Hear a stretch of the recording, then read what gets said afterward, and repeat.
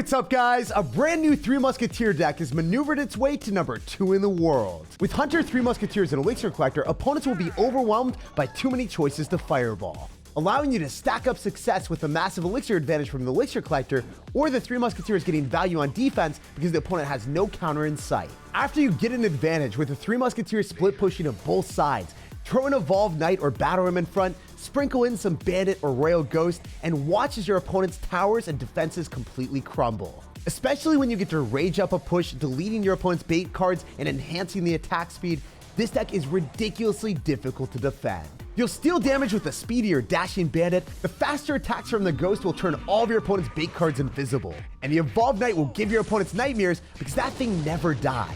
Most Three Musketeer decks are difficult to play on defense, but because you have the Hunter, you're going to have that flexibility for 4 Elixir to delete any win condition or random air card that comes your way, making this deck significantly easier to play than any other Three Musketeer deck. It's time to maul some towers with the new best Three Musketeer deck in the game, pop off, and assert dominance. Don't forget to subscribe to the channel so you never miss out on any of the daily videos. Lots of love to everyone that's using credit code SirTag to support the channel. Hey, what's up, Gabriel? He's got a Hog Rider and an Evolved Knight in the banner, so definitely one of the scariest card combinations to face when you're running Elixir Collector. Oh my gosh, come on, dude.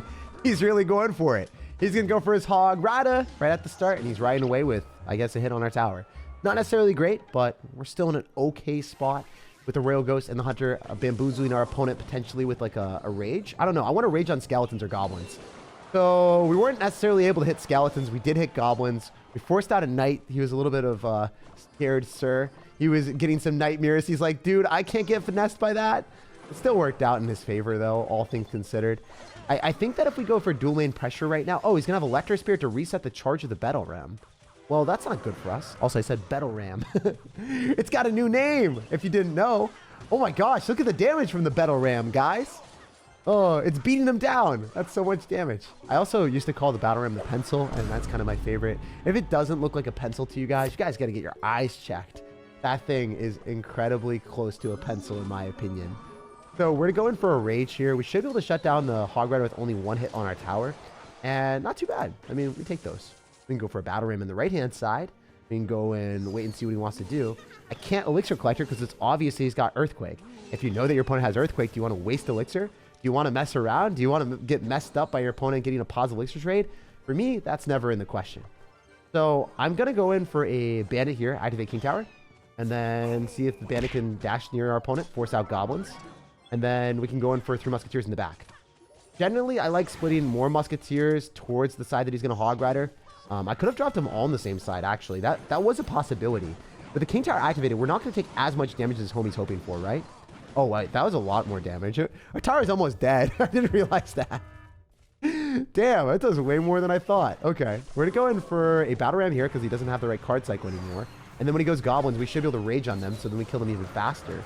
Nice! So we should be able to snag the tower here with the 2 Musketeers. Even if you spend a bunch of Elixir, you're not going to have enough to stop me. I'm going to go in for a Bandit in the middle. I don't think you're going to be able to get Goblins down. Yeah, so he's going to have to go in for a Hog Rider on defense. That's pretty funny, actually. Royal Ghost is going to be able to finish off the Hog, and I could possibly, maybe go in for a Knight, because we know that the Firecracker is going to hit the Knight and then get propelled back into the Royal Ghost. And then when he goes in for another Knight, we should be able to catapult a Battle Ram at him and then have our Evolved Knight tank. Oh, I was hoping we would get more damage than that. All right, we know that he's going to have Goblins right now, so let's go in for 3 Musketeers in the middle. He's not going to have a Knight back in Cycles, so there's no way for him to stop that. Let's go! That's hilarious. Even if he's got an Evolved Knight, I think it falls here. Is he going to get 3 crowd? He hasn't even taken a tower yet. Usually, when you play against a Hog Rider deck, if you've got like 3 Musketeers, you get destroyed. Because what happens is you can't build up an Elixir advantage because they just keep Earthquaking your Elixir Collector. But it didn't even matter. The Evolved Knight and the relentless pressure and spam that we had with this allowed us to break through some of the most annoying defenses in the game. The guy had Electro Spirit, Evolved Knight, Tesla, and Log, and he still almost got 3 crown. And he did have Earthquake, in case you were wondering. Hey, this guy's gonna go Bandit in the back, and it's time to steal his strategy. Bandit versus Bandit, you guys already know. That's how it's gonna go. Hug it out in the middle, and hopefully our Princess Tower helps out. Yeah, I love when the Bandits just hug and like no damage ever happens. Oh, wait! That must have been some massive emotional damage for my dude. He just lost the Firecracker. She got fired from this game. That's good. This is looking really hot for us. We can go in for an Elixir Collector in the back. And the one thing I dislike is his Royal Ghost got some damage on our Royal Ghost. I could have raged that up for an extra hit. I don't think it was worth it. Lag land. Hopefully he lags behind him this match the entire time. You know what? I desperately desire going for 3 Musketeers on the same side, and I don't know if this is smart. He's got Fireball or Poison. I'm going to look like an idiot. Okay, cool. I look slightly stupid there. I could have also dropped my Musketeers, you know, not all on the same side, maybe splitting one in the other side. It's totally fine. It is what it is. I still get a decent trade with Elixir Collectors, so overall, not that bad. It's just a -1 trade there, and then a positive Elixir trade with Elixir Collector overall by like, I don't know, 2 or 3 Elixir, but I take damage from the poison. So after all the nerd calculations, guys, we're probably up 2 Elixir and down like 300 damage. Anyway, this guy is going to be running a Pekka deck, so it's obvious to me that we want to go and play past the Pekka, my favorite childhood game. We're just going to go and spam battle rams here and see what we can do. Also, we can go in for a Hunter afterward in the middle if we want, and I think that's totally fair and balanced, especially since we can activate King Tower against the Firecracker. That's nice to do, and then we can go in for a Bandit on top of the battle ram. His Rail Ghost on the right-hand side is not something that I want to respond to. I actually don't care about it. I'm going to go Elixir Collector, get a huge advantage, and watch as our King Tower activation starts to pay off right now. Also, the guy is in a position that's kind of awkward for him. I mean, I could go for a Rage and get some damage on the Bandit. I do think the Bandit's going to dash on my tower anyway, but I don't know. I kind of just want to keep cycling Elixir Collectors, because it seems like this guy's allergic to cycling poisons on top of our Elixir Collectors, and that should eventually catch up with him. There's no situation where you're able to go like Pekka at the river into the Musketeers. Oh my gosh. He's going to go for an Evolved Firecracker at the river instead, and go for a Zap. This is the definition of just being a wild child, man. You're really crazy out here. So unfortunately for us, it looks like the Pekka is going to be able to get something. Not a lot, but it is going to get something. We're going to go for a Rage, and we're going to have to go for a Knight, and we want to kill the Firecracker. If the Firecracker dies, I'll be a very happy sir. I don't like that the Firecracker now has a younger sister, and they're starting to get damage together. They're getting kind of an emotional bond as they put me in prison. I don't like this. I feel very confined right now. All right, so I'm going to go in for 3 Musketeers. There's a high chance that he goes in for a Poison on this. It's okay if it happens. I don't think that we're really caring that much about that 1 Musketeer near the weaker tower. Instead, I'm going to try to apply pressure with the Rail Ghost and the Muskie on the right. Wait, if I rage up this Rail Ghost, do I just win the game? There's a high chance that just wins me the game. Cool. Awesome. Oh, never. Yes, okay. Wait, what? He redirected it with the Electro Wizard and still lost. I don't even know how that happened. Honestly, the Electro Wizard must have gotten splashed onto by the Rail Ghost.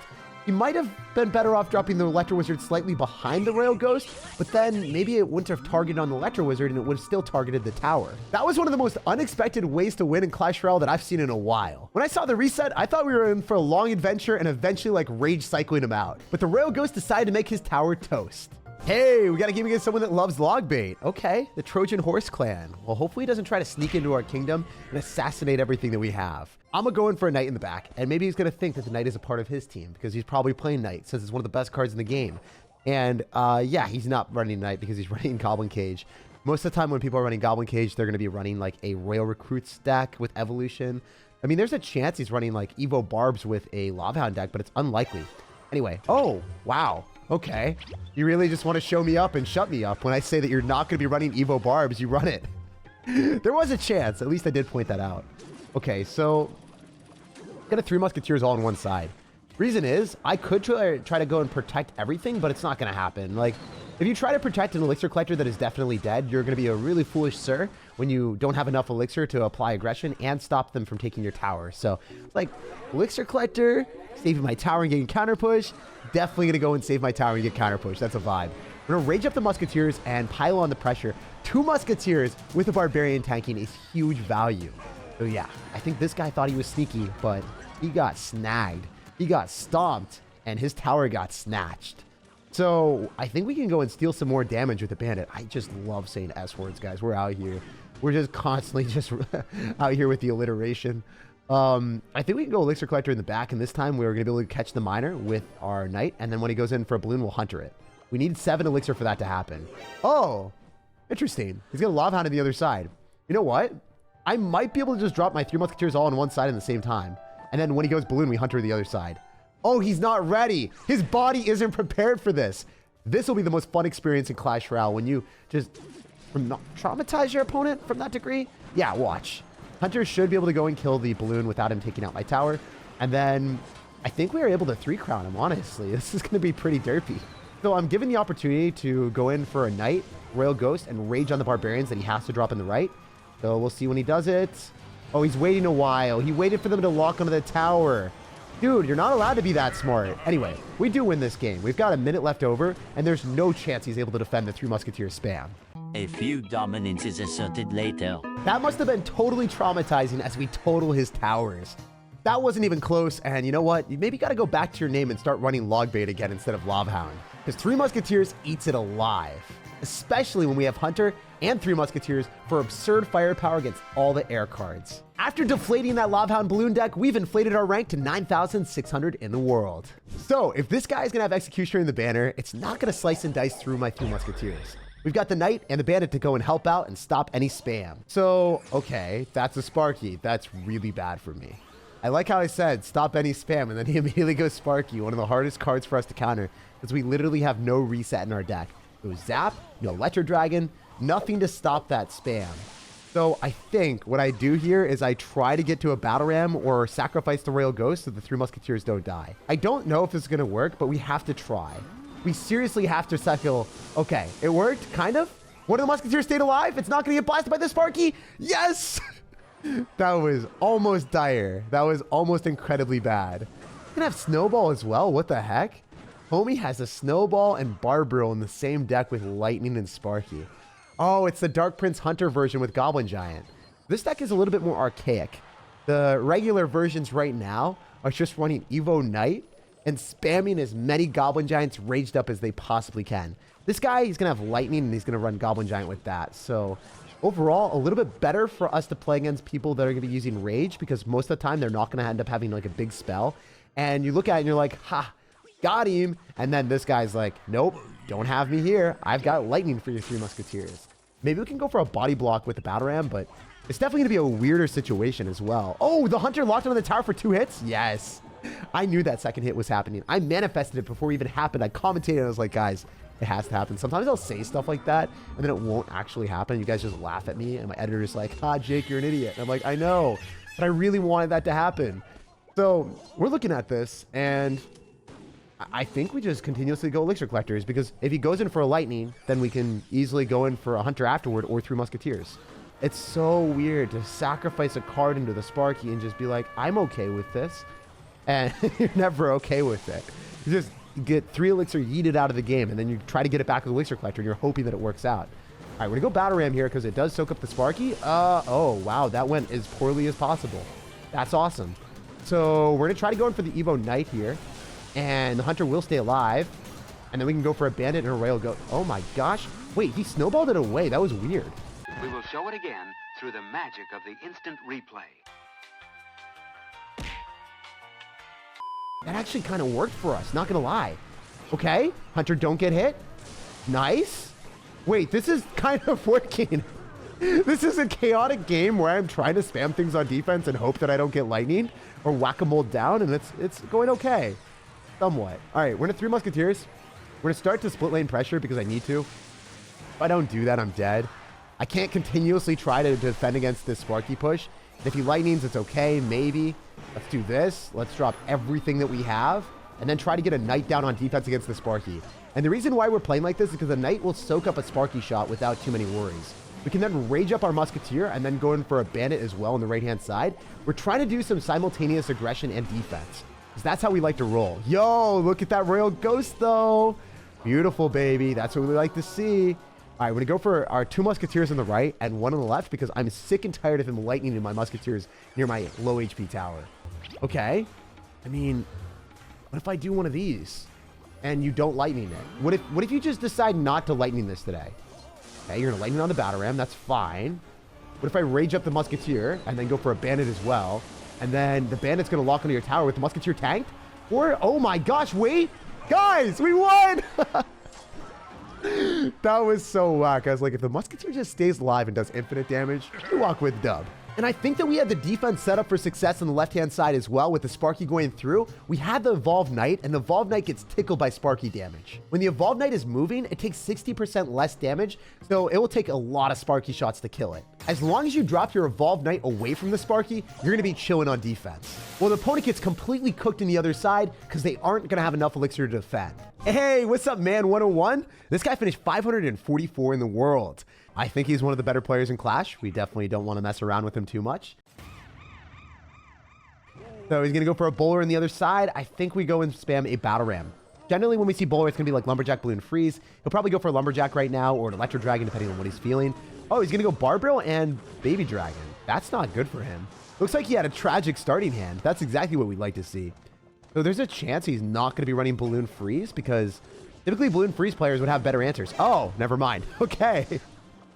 I really thought there would be a graveyard, so I was scared, so I dropped my elixir collector in the middle. If you're playing against graveyard and you drop your elixir collector in the back, what happens is they can graveyard, encapsulate the entirety of the elixir collector, and then you're just getting a terrible trade because the elixir collector gets countered by a graveyard. You drop it in the middle where I did if there's a chance that he's going to be running graveyard. Obviously, I think we're in a decent spot.